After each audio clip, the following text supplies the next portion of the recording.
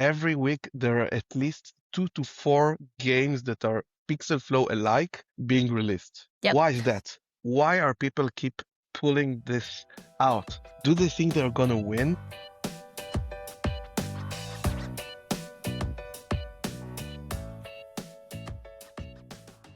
All right.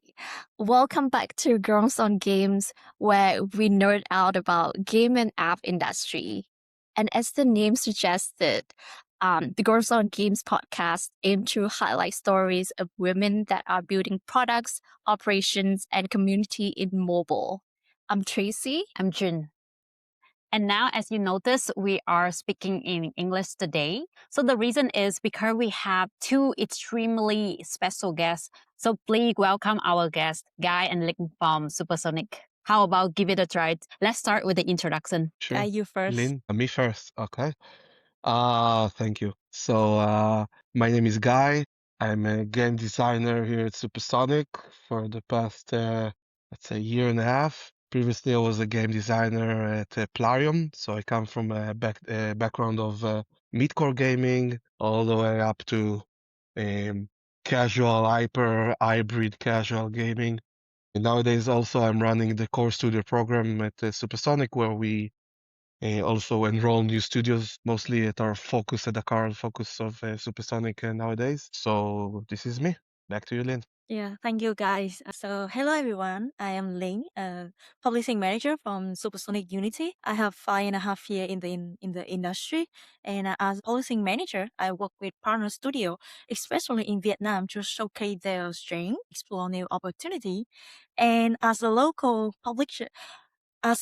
publishing manager here, I help to translate the Supersonic global expertise into practical guidance, enabling Vietnamese studio to unlock their potential and succeed globally. Awesome. First of all, I love the awkward Zoom, like you go ahead conversation. No, but joke aside, really appreciate you, Guy and Ling, for joining us today. And as you can tell, Guy is our first guy guest ever. See the pun. Thank you so much for being an ally to Girls on Games, and thank you both for joining us. So now, without further ado, we're gonna go straight into the topic of this episode. We'd love to discuss kind of a global phenomenon in hybrid casual game, Pixel Flow, today.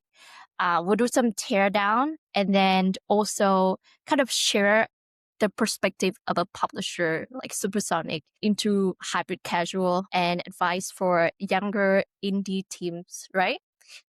Ting, you like to get started? Sure. So as Tracy had mentioned, Pixel Flow has been a phenomenal game, end of Q4 and early this year. So everyone talking about Pixel Flow and why that's right. Just a few facts about Pixel Flows. This is a hybrid casual puzzle games and it's sequel like a seed funding routes backed by E2BC and also the industry fears too. At the same time, right, despite being the market for only 3 months, the game has already cracked the top 25 highest grossing apps in the US App Store. Cheers phenomenal for the new game joining the industry. Also, like the daily revenue stream reaching into 7-figure range is definitely a highlight of a very successful shift in the team scaling strategy. The founders are having a strong background in product development and also go-to-market execution. So we can go on and on to speaking about the facts that related to Pixel Flow, but why not to dive into tear down this insight that other studio can adopt and learning from. Perfect. And that's why we have, the resident expert here. Let's talk about the game design. Guy, again, so glad to have you here. When you look at a game like Pixel Flow, right, what stands out to you in terms of its core loop and the player motivation? Amazing question. So first and foremost, we need to understand that when we talk about games in general, and also specific on puzzle games. So first and foremost, we need to understand that games are here for recreational purpose. Okay, so I'm not forcing anyone to play. We're doing it for fun. I'm commuting by train. I see people across the board, all ages, all genders, all anything like, and not just in Israel. Also, when I visit PGC, when I go in other places, I see people are playing games. And we need to understand that once we build a game, the psychology behind it. So, and why do we mean by the psychology? So we need to, first and foremost, as you mentioned, rightfully so, we need to talk about the player motivation. Why are we pulling those players in, and what do we want to show them? So, for example, we have a specific personas for puzzle games, and within the puzzle games, because saying puzzle games, it's like saying women. This is a general a notion. So when we think about, like, I think that more games at the moment are focusing on player experience nowadays more than ever. A really outstanding example of this one is, for example, you look at the pigs at the Pixel Flow. When I send one of the pigs to a round on the conveyor, it immediately goes to the tray slot, which means that I can basically reuse it at the time that it wants also. So as a player, I look at it and say, "Oh my God, I have a second chance. It's amazing. Like I did something, might be wrong, might be good, might be bad, but I have a second chance to use it. Most games don't allow me to use it. But as a designer, I'm applying pressure on you, because then once you do more of those careless decisions, you'll have more pigs on the tray slot. So those small stuff that capture the point of view of the player, those are amazing stuff that we can utilize as designers and as developers. And we always, and I mean always, need to think from the hat, always wear the hat of the player. It doesn't mean that you need to think as a gamer. You always need to think as a designer, but you need to always like bear in mind that the game is being created for someone. And this someone needs to, first and foremost, have just fun in the game. So this is it. Perfect. Thank you for sharing that. And I love that you share, from the player perspective and the designer perspective, right? And you're right, because I'm kind of like the target audience for this game. So I'm at like level 86 right now, I think. What I've seen is that, like you said, every time the pigs go through the conveyor belt, right? I feel like I have like a second chance. And like, oh, I can always add on more. But then it's kind of like a very well designed mechanics that get me hooked on, right? So I spend more time with the expectation of like, hey, I can actually do that with one more given chance. And that's very interesting. And I think that's also one of the reasons why this game doing very well. Like it's a very fresh mechanics if you look at and compare it to other games in the sort genre, right? Sure, definitely. Yeah. And then one thing I also noticed, because there are similar games in what I call like the color shooter genre within the sort, right? So this is Blast, Pixel Flow, and in Vietnam we have like the Color Blaze shooter that's doing quite well as well. And what I can see is the difference in kind of the difficulty pacing and level progression in Pixel Flow that I see is that quite different. So question for you again, like how do you think about difficulty pacing and the level progression in Pixel Flow? So let's say compared to other successful hybrid casual. I just want to say one quick thing, because you show these examples. Let's put for a second. Let's be educational now. Let's put the. I don't know if I mentioned it, but also I was a professor for game design in a college. So let's put the educational hat on our head at the moment, and let's put like this is best for at the side for a second. Let's look at Pixel Flow. Let's look at Color Blaze Shooter, but it's not just that. Take a look at all the reports that are coming out. Every week, you can test me if you want. Every week, there are at least 2 to 4 games that are Pixel Flow alike being released. Yep. Why is that? Why are people keep pulling this out? do they think they're gonna win if this is the go-to? So why should I keep doing that? And this is why I want to tell you, like, one of the game designers that I really admire, he used to tell me, like, listen, guy, and this broke my heart, but then I understand, like, from now on, I understand what I need to do, my purpose in the world. So he Wow. told me basically, specifically in mobile game design, you don't invent, you innovate. And the small stuff that you create, whether it's level design, whether it's monetization, whether you name it. But if you look at this picture, Color Blaze Shooter and Pixel Flow, they're only changed in the color of the background, basically. But it's not just that, it's more than that. And the small changes for the one that enters the game, this what makes a game successful, and this is our job to do that. And if you want to talk specifically on level progression and difficulty curve, so most of them are basically deriving from, as much as we see it in Supersonic, they are deriving from the desired persona of the game. So for example, I want to go back to the motivational part, Yeah. motivational aspect. So if you're looking for a competitive environment, we can allow ourselves to present choke points quite early in the progression tree.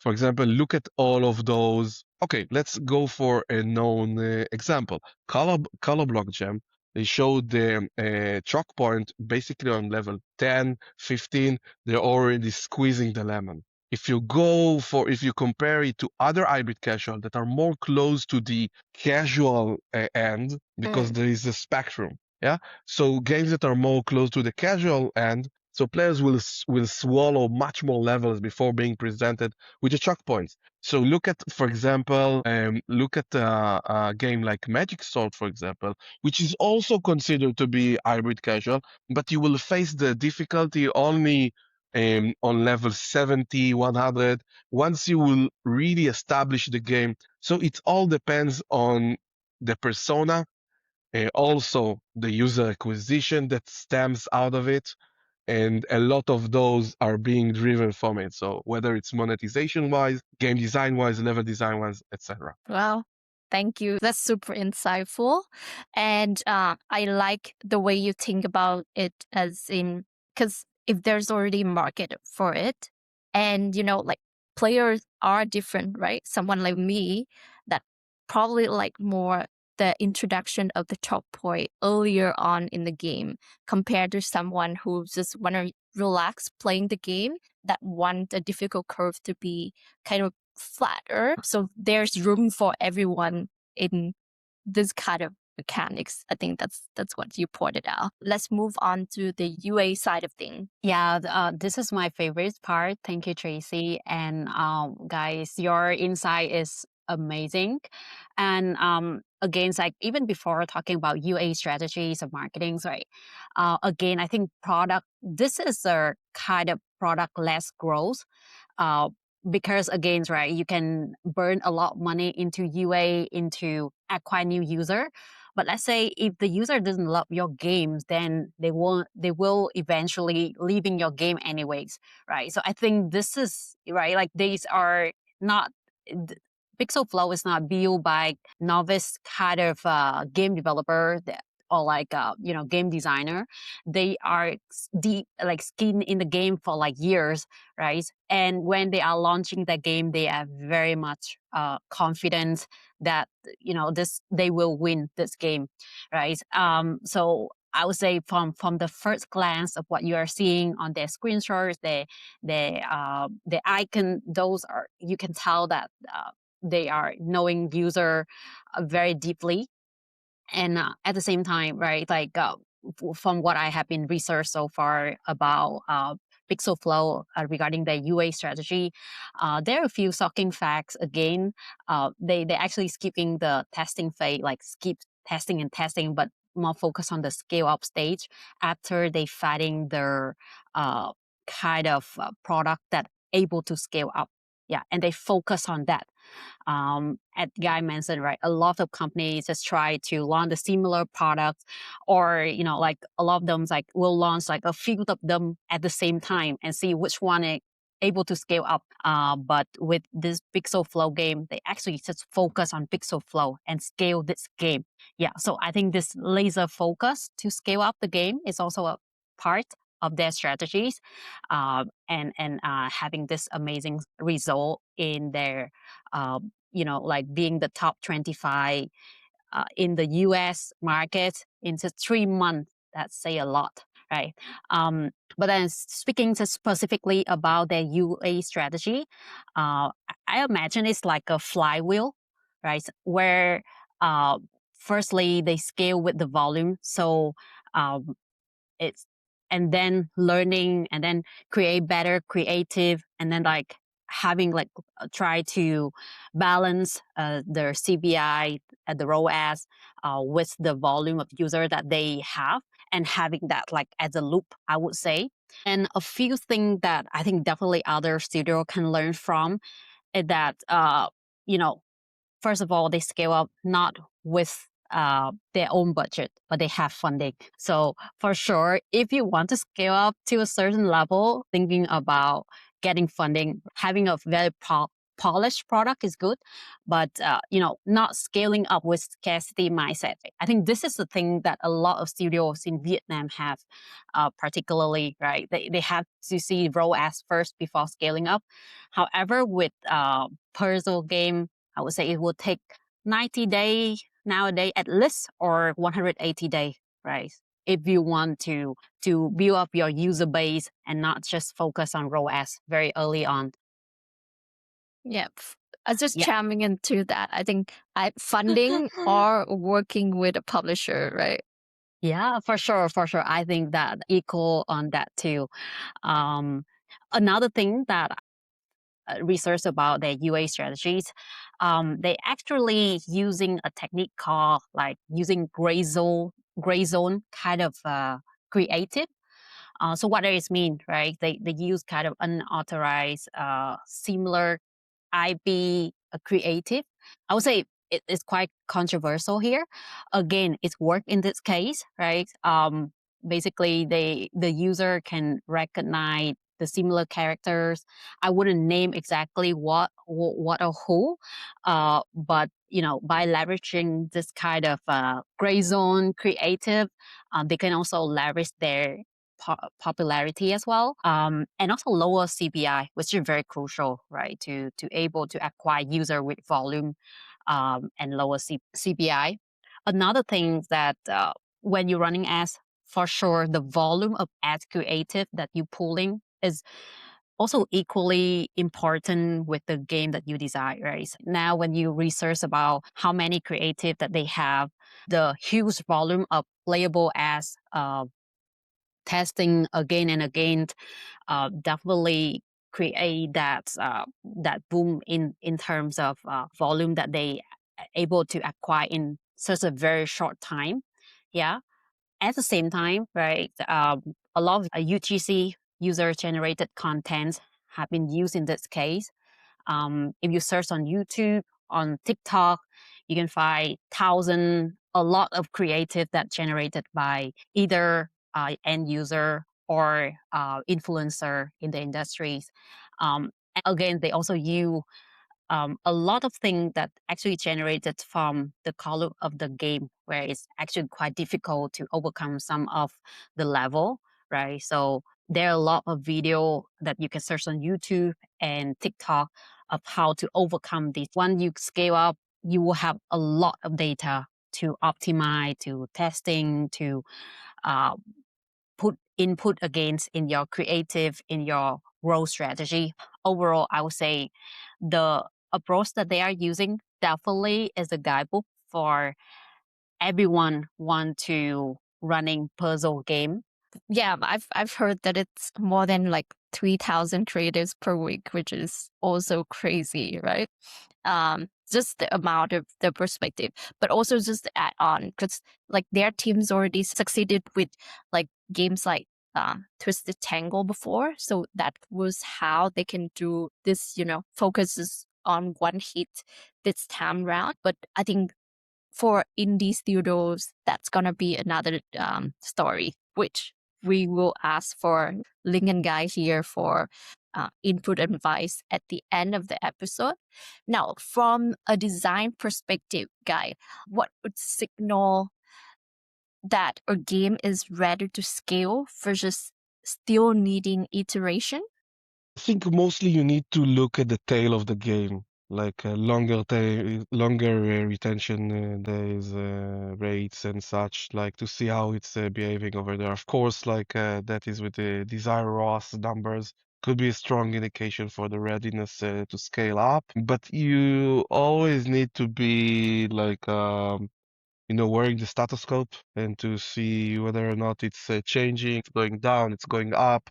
Because this industry. It's like really rapid, really fast. Everything happens like few months ago, you would talk about pixel flow and you say, "Man, okay, it's nice. Like it's trending, it's nice." And now it's a phenomenon. And of course, like the guys did amazing job there, yeah. But yeah, it's this is the way we look at it at this point, yeah. Yeah, so metrics like ROAS and then iteration. So whether the LTV curves different from different cohorts, I think is probably important signals. Shifting gear to Ling, as a publishing manager, when you work with other studios, right? Like how important is early player behavioral? I think from just Guy said, things like ROAS is great signal, but also we wanted to ask how important is early player behavior, for example, completion rates, session depth, compared to raw metrics like ROAS. Yeah, so like for me and in Supersonic, we have like two kind of metric. The first one is the raw metric, is like the overall. It shows the overall performance like CPI and then retention and playtime. Yes, and along with that, we have like behavior metric like completion rate and win rate. Yeah, such like that. So principally, raw metrics show you what happened and how the performance go, but behavioral show why and predict the longevity. For example, like high KPI like install, day one retention, playtime, or ARPU, yes, are useful signal but don't explain why things happen. Like for me, raw metric describe like movement, not the meaning. So we always interpret them alongside with the gameplay inside. For example, a jump in the day one retention is good to see, yeah, of course. But then we ask what player actually did in the first section. And another thing is a funnel and a behavioral check. We drill into like early gameplay metric as a diagnostic. Key question includes like is a tutorial or in other words like theory first time user experience being complete or a player engaging with the core loop. For example, like the progressing level or performing certain action and are the paywall or the difficulty curve spike causing the sudden drop off. And yeah, answering these would have explained change in the basic KPI. Very interesting, Lynn. I want to deep dive a little bit more in the game design that you mentioned, right? What are some of the design red flags that may limit scalability, even you see a very strong number early on? Yes, to me, to my experience, and for the Supersonic experience, I think for the long-term potential growth of the game, first is the 100 handcraft level, because yes, as like the game rely on 100% on handcraft level, player always consume the content 10x faster than you create it, and yeah, if you can like produce or reduce assets, production costs will eventually destroy the margin. And the second thing is if your iteration speed can align with the game operation strategy, because in a very like competitive market, if you slow, then you die. Wow.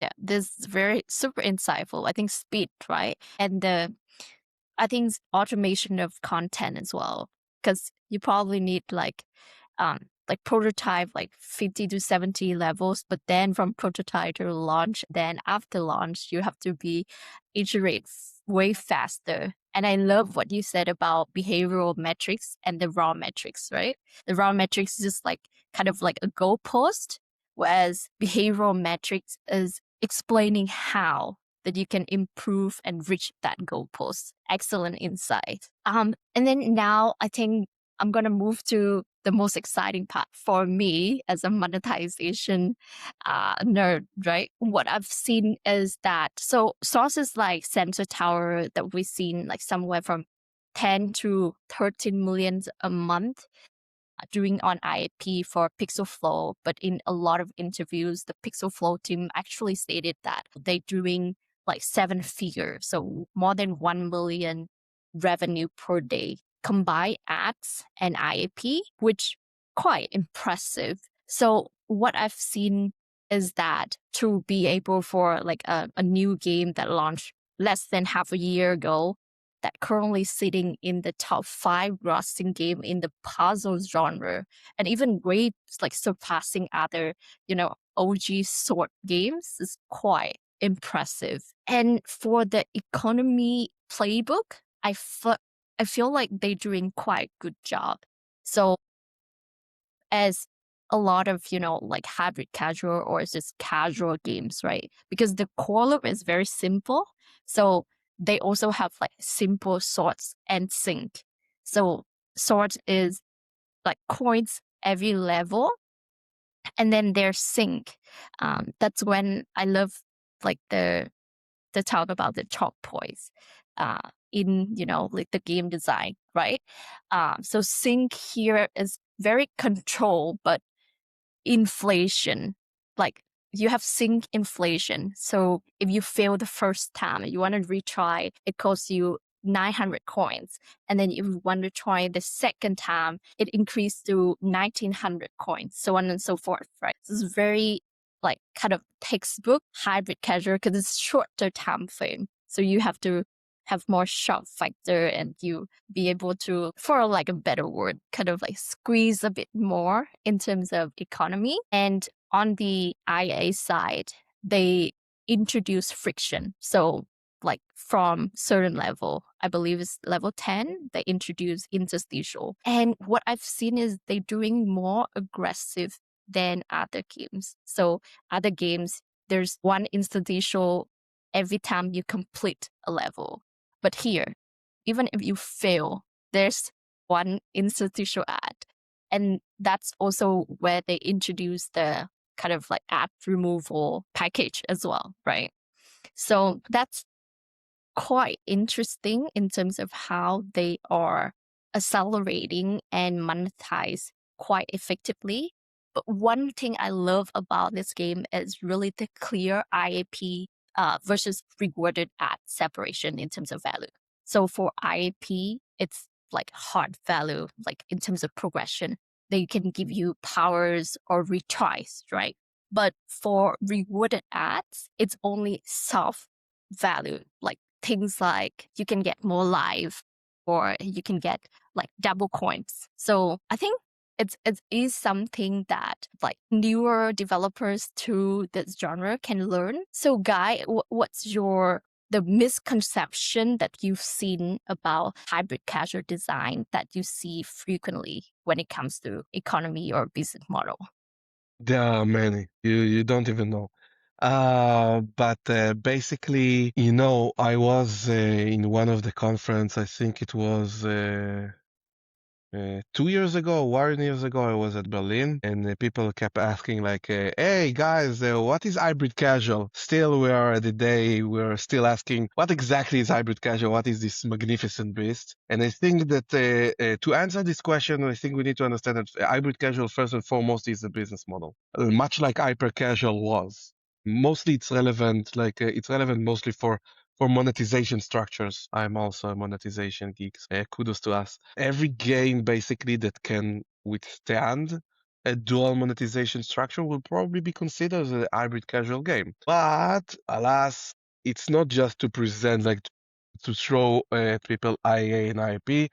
And sometimes developers think that creating a game, it's like you take a huge pot and you throw away the chicken stock and you throw away the carrot and the potato and you stir it and eventually it will turn out to be a game. No, sometimes it's turn out to be something really disgusting. So I think it's important for us to understand that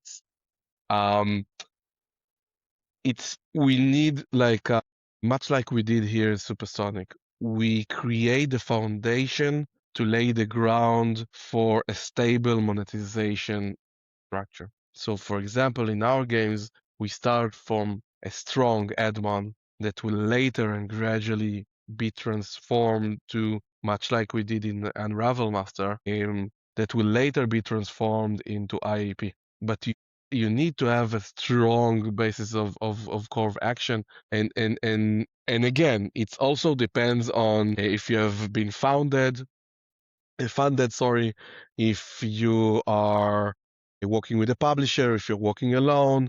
So basically, we need to present it to players, and this comes from a research that I did back in the day in midcore gaming, is that there was a research shows that when you present a bundle with RV in the shop, you increase the chances of players to buy bundles with real money, because basically you're giving them something, but for a limited time. And the feeling and this is us human beings that we are really much evolved, but still in this case, we're stuck at the back because the FOMO is keeping us like, I need to have this. I cannot, why? They took it away from me. And this is where I'm pulling you in. And it's important thing to say that monetization, or sorry, let's put it one stage backwards. Conversion works when players are immersed in your game. It's not like you present them the game and then you say, okay, you have a starter bundle for $9.99. Amazing, you should buy it, but I don't know what you present to me. So bear in mind that you need to let them play.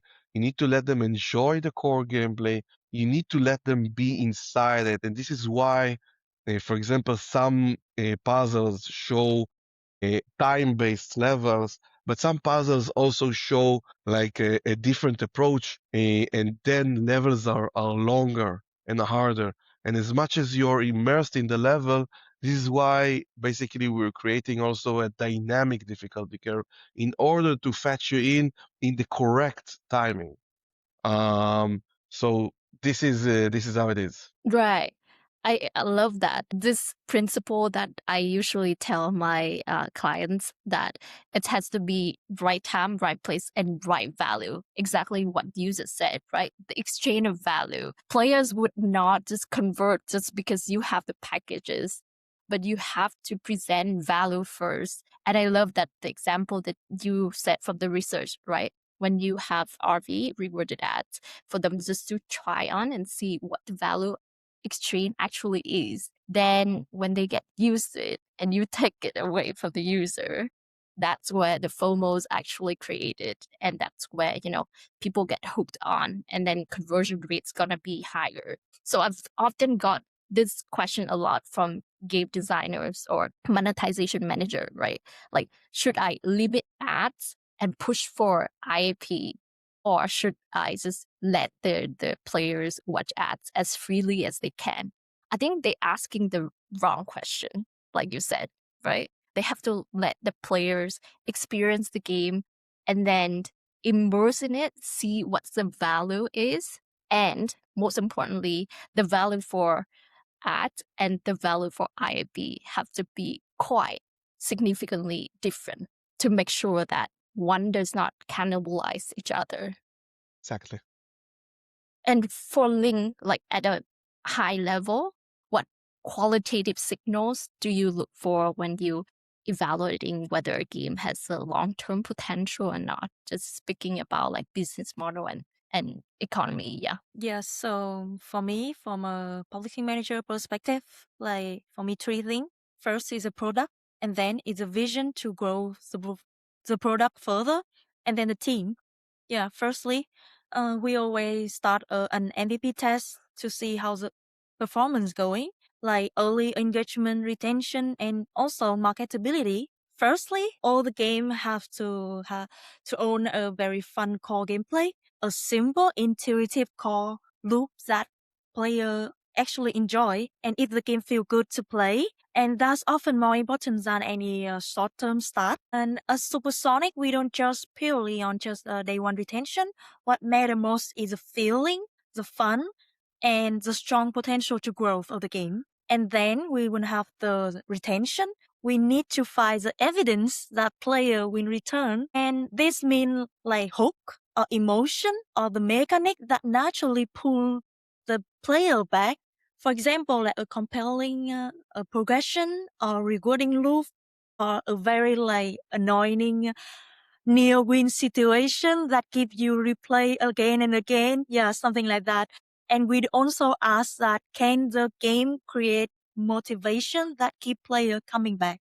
Yes, and last but not least, I think marketability because in hybrid game, scale matter. So one of the key indicator of the hybrid model is the accessibility of a simple gameplay, but also have the ability to resonate with a broad target of player. And speaking about the vision of the game, I'm saying the tail of the game, the long-term development. Like we will answer this question like does the core mechanic hold up at scale?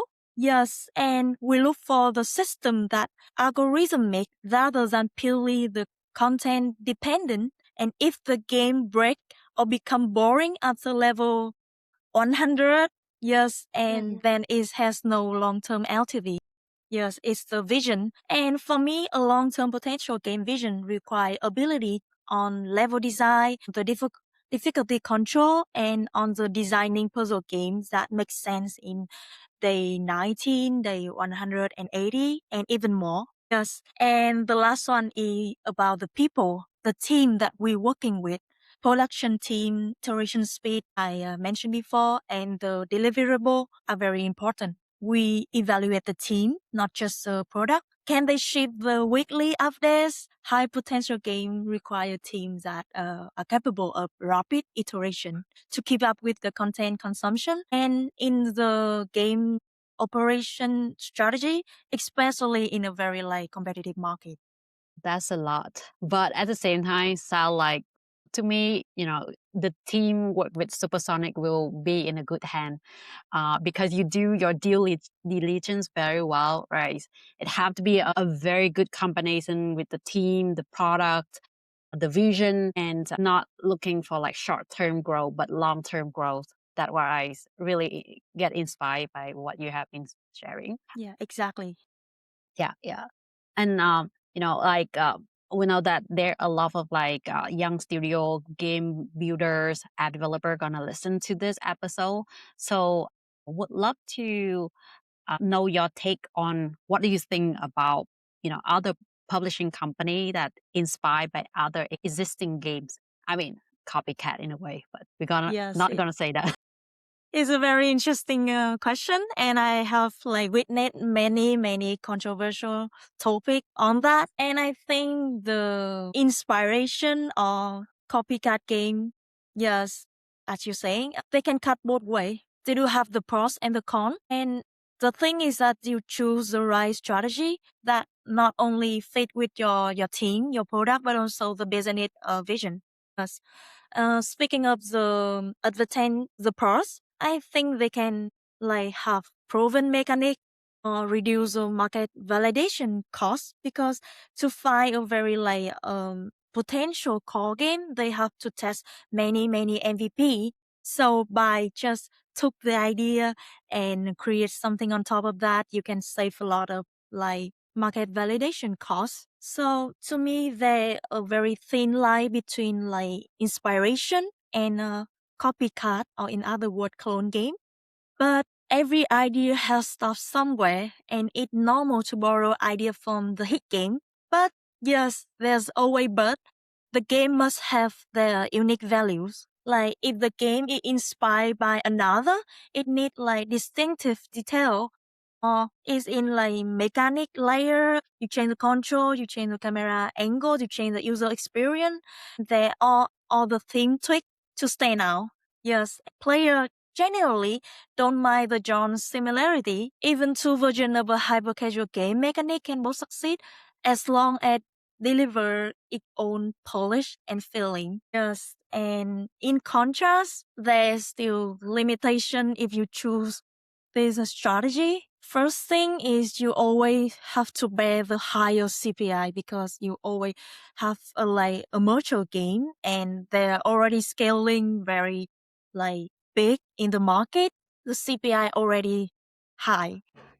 And just remember that you have to have a very aggressive UA or the huge budgets to compete with the original one. Not forget to mention the potential of IP or Lego issue. Yes, because you copy their work, so bear in mind. And the one thing that I think it's a little bit sensitive to say, but I'm afraid that it will damage the made in Vietnam reputation. Yes, hinder the unicorn creation by avoiding the IP building. So I think everyone does note it and recognize Vietnam as a rising star in the game development, but not purely on the creation side, but also in the, I think more into the operation side. So copying art, name branding can lead to the takedown or any lawsuits. But in contract, reusing general mechanic is usually legal. Publishers still wait the IP risk. And I think in summary, being inspired is fine if you innovate, and being knocked off is a dead end. Wow. Thank you, Ling, for being super candid. And yeah, I do agree that, like Guy said earlier as well, right? Like if you're selling something that's not in the market yet, I think that's probably more risky. But you have to innovate and not just copy one to one. And I also like that, like as Vietnamese guy, we're super proud about, our country and the ability of Vietnamese developers. And I do think that I really agree with Ling that we at the moment we are known for our operational capacity, like very fast iteration, very fast development. But the next step for us is really to innovate and have more IP driven hits. So that's hopefully we'll see that within this year or the next year. Thanks for sharing. Yeah. Like we go almost to the end of this episode, but still there one last question that we would love to ask Guy. I like to take the sharing from Link that everyone had to start from somewhere, right? And what we have seen in the markets the last few years that the big become bigger. And it's very hard for, smaller, younger studio want to be a part of this growing economy. So, Guy, like let's say if I'm a small studio, I'm maybe building it one day, and want to be, joining this game, be a part of like this growing industry. What is the design principle would you encourage me, other young studio out there to prioritize first? Yeah, it's an important one. So first and foremost, the Ben Journey said, so always be a believer. No, but I mean for real, you need to you need to believe in yourself because this industry is hard and we know it for sure.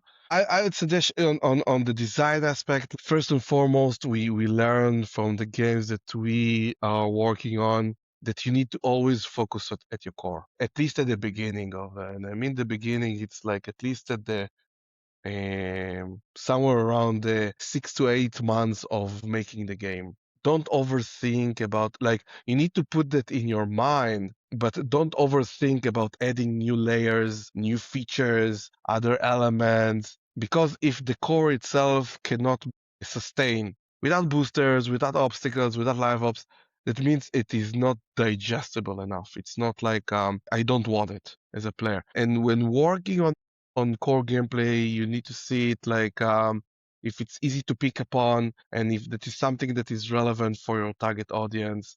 First and foremost, like game needs to be simple at its core.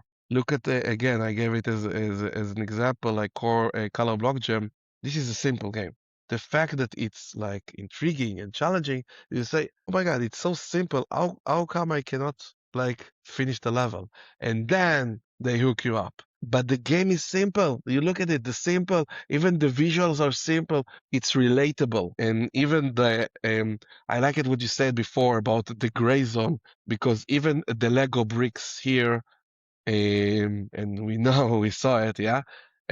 So it's a relatable stuff for us to understand and to see it. So I think that to sum it up, don't give up and focus at something that is simple, a core game loop with 3 actions that the player keeps doing over and over again, and make sure those are satisfied and rewarding, and then you can pick upon and start to think about other stuff. Always bear in mind what is your target audience, and according to that, what will be your monetization structure. But this is the main stuff that you should do in that case. Totally agree. I mean, be a believer, don't give up, and master the core, and then after that, keep adding layers after. Thank you so much, guys. Yeah, this is the end of the official questions. But if you want to like give a shout out to Supersonic, if you want to share any message, I will happy to include as well. Lin, you go ahead. Okay, thank you, Tracy and Ching for having us. I think we have a very like meaningful and insightful conversation. Yes, with any like additional question, just don't hesitate to contact any one of us. Awesome. Right. Thank you so much, Ling and Guy, for joining us for this episode. We'll hope to see you again here. I think it would be very interesting and helpful episode for indie developer to think about. You have to design game, how to sustain a business model and scale to a certain extent. Right. This has been Girls on Games, and we'll see you next episode. Bye. Bye-bye.